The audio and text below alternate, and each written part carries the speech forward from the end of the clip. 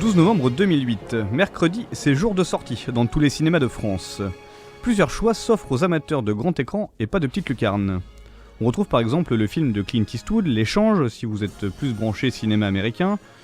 Pour les fans de cinéma français, on pouvait retrouver le film de Francis Huster, Un homme et son chien, avec Belmondo en tête d'affiche. Et puis il y a ce film de coproduction franco-tchéco-allemande intitulé La bande à Bahader, extrait de la bande-annonce. Nous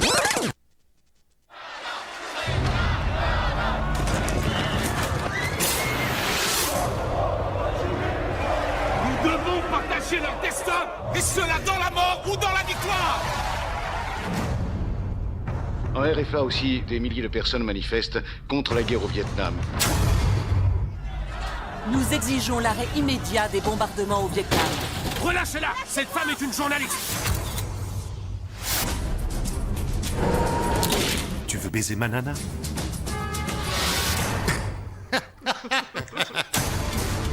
On va fonder un groupe. On veut changer la situation politique. C'est de la folie. Il faut qu'on le fasse. Notre rôle est historique.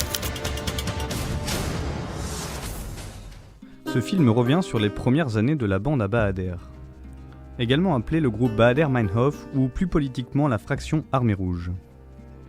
Cette bande est une organisation terroriste allemande d'extrême gauche qui a fait peser sur l'Allemagne une violence et une peur qui marquera toute la deuxième moitié du XXe siècle. Comment est née la bande à Bahader? Quelles étaient ses revendications politiques? Comment a-t-elle opéré? Comment tout ça s'est terminé? Direction les années de plomb et l'automne allemand. Récit accompagné d'extraits d'émissions de l'INA, disponibles sur les différentes chaînes YouTube de l'Institut national de l'audiovisuel.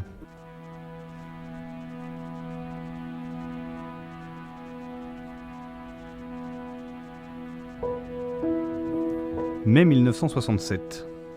Le Shah d'Iran, Mohammad Reza Pahlavi, est invité par le gouvernement ouest-allemand. Dans cette Allemagne, en pleine reconstruction matérielle et psychologique, mais également dans le monde entier, les mouvements étudiants ont une place grandissante. Aux USA, le mouvement étudiant manifeste contre la guerre du Vietnam. En France, on est à l'aube de mai 68. En Allemagne, la venue de cet homme qui a usé d'une extrême répression pour mater son peuple ne passe pas au sein de la pensée étudiante. Lors d'une manifestation contre le Shah, un étudiant allemand, Benno Ohnesorg, trouve la mort suite à un tir de la police. Un an plus tard, en mai 1968, c'est le leader de l'opposition étudiante Rudi Dutschke qui est victime d'une tentative d'assassinat, laissant des séquelles neurologiques si importantes qu'il en mourra 10 ans plus tard.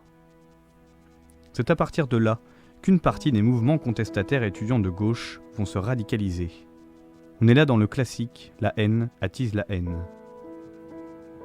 La fraction Armée Rouge, plus communément appelée la bande à Bahader, est directement issue de cette radicalisation. Leur créneau, la guérilla urbaine. Dans leur manifeste, on peut lire la phrase suivante. En liaison avec les révolutionnaires de tous les pays, et en particulier ceux du tiers-monde, nous devons nous attaquer par la violence aux institutions afin de détruire le système.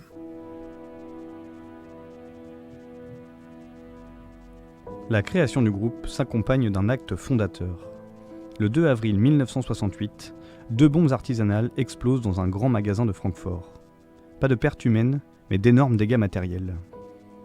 Si la radicalisation de la bande à Bahader va s'effectuer crescendo, une question s'impose. Pourquoi le groupe, considéré par le gouvernement ouest-allemand comme terroriste, s'est tourné vers une radicalisation aussi violente? Le contexte allemand explique en partie cette soif de violence. En 1970, la Seconde Guerre mondiale est dans le rétroviseur allemand. Les affres du passé sont toujours là, probablement plus que dans n'importe quel autre pays du monde. Le spectre du nazisme n'est jamais loin à cette époque-là de l'autre côté du Rhin. La bande à Bahader remet en cause la haute société allemande, qui soutient les Américains et qui, pour certains de ses membres, auraient été d'anciens nazis. Entre devoirs de mémoire, ancienne et nouvelle génération, l'Allemagne coupée en deux subit une grave crise d'identité. À partir de 1970, la violence va devenir le maître mot de l'organisation.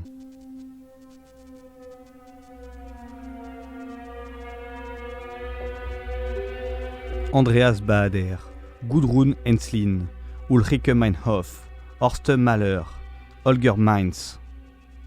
Voilà 5 des noms qui composent le noyau dur de la fraction Armée Rouge.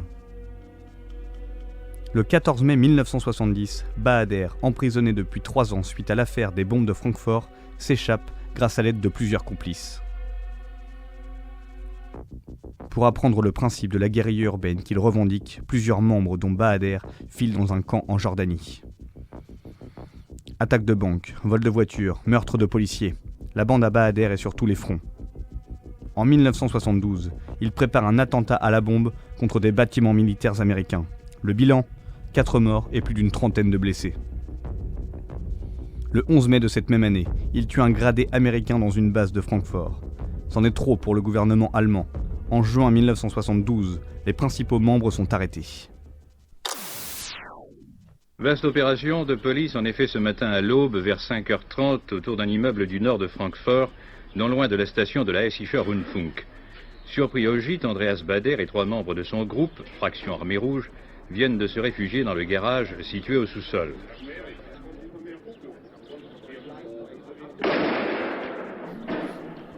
Une violente fusillade oppose alors les terroristes aux policiers qui finalement parviendront à neutraliser les assiégés en faisant usage de gaz. Premier appréhendé, Helger Mainz n'avait pas eu le temps de s'habiller au moment du bouclage de l'immeuble.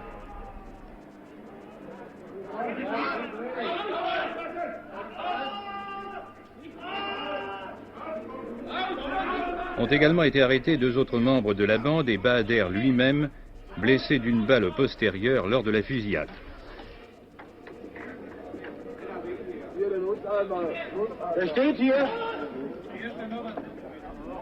Depuis son évasion de Berlin-Ouest il y a 2 ans, Andreas Bahader défiait toutes les polices de la République fédérale et le gouvernement du chancelier Brandt était sévèrement critiqué par l'opposition pour son apparente mollesse. Jugé en 1975 et incarcéré, la bande à Bahader ne va malheureusement pas s'arrêter là. Une deuxième, puis une troisième génération vont poursuivre l'entreprise de Bahader et sa clique. L'année 77 marquera l'histoire allemande. Entre avril 77 et novembre 77, une série d'événements va mettre la population et le gouvernement allemand sous une pression et une peur dramatiques. Meinhof, un des membres de la bande, va se donner la mort dans sa cellule. Les conditions d'incarcération sont mises en avant pour justifier son suicide. Le procureur est considéré comme responsable par les membres de la bande en liberté. Le 7 avril 1977, Siegfried Buback est assassiné. Pour demander la libération des membres de la bande emprisonnés, la FAR enlève puis séquestre Hans-Martin Schleyer. Ancien membre du parti nazi, Schleyer est le président du patronat allemand. Il est retrouvé mort avec ce message. Après 43 jours, nous avons mis fin à l'existence misérable et corrompue de Hans-Martin Schleyer. Schmidt, qui dans son calcul a depuis le début spéculé avec la mort de Schleyer, peut en prendre livraison rue Charles Péguy à Mulhouse. Sa mort est sans commune mesure avec notre douleur après le massacre de Mogadiscio. Nous ne sommes pas étonnés par la dramaturgie fasciste des impérialistes pour détruire les mouvements de libération. Le combat ne fait que commencer.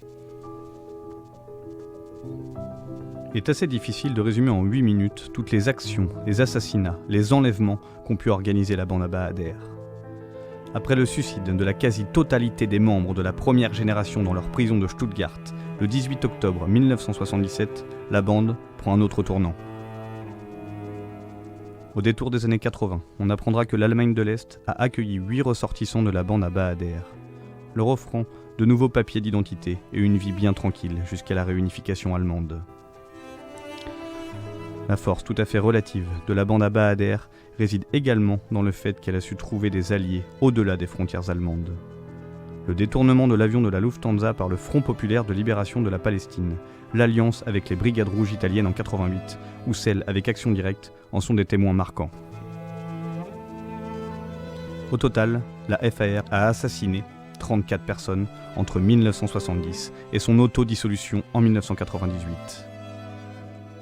Ce genre de groupe, politiquement très engagé, offre souvent 2 façons de voir les choses. D'un côté, certains vont penser que c'est un groupe terroriste. De l'autre, que c'est un groupe de protestation révolutionnaire. On vous laisse y réfléchir. À la semaine prochaine pour une nouvelle chronique. Merci à Benji à la console et à la lecture des extraits.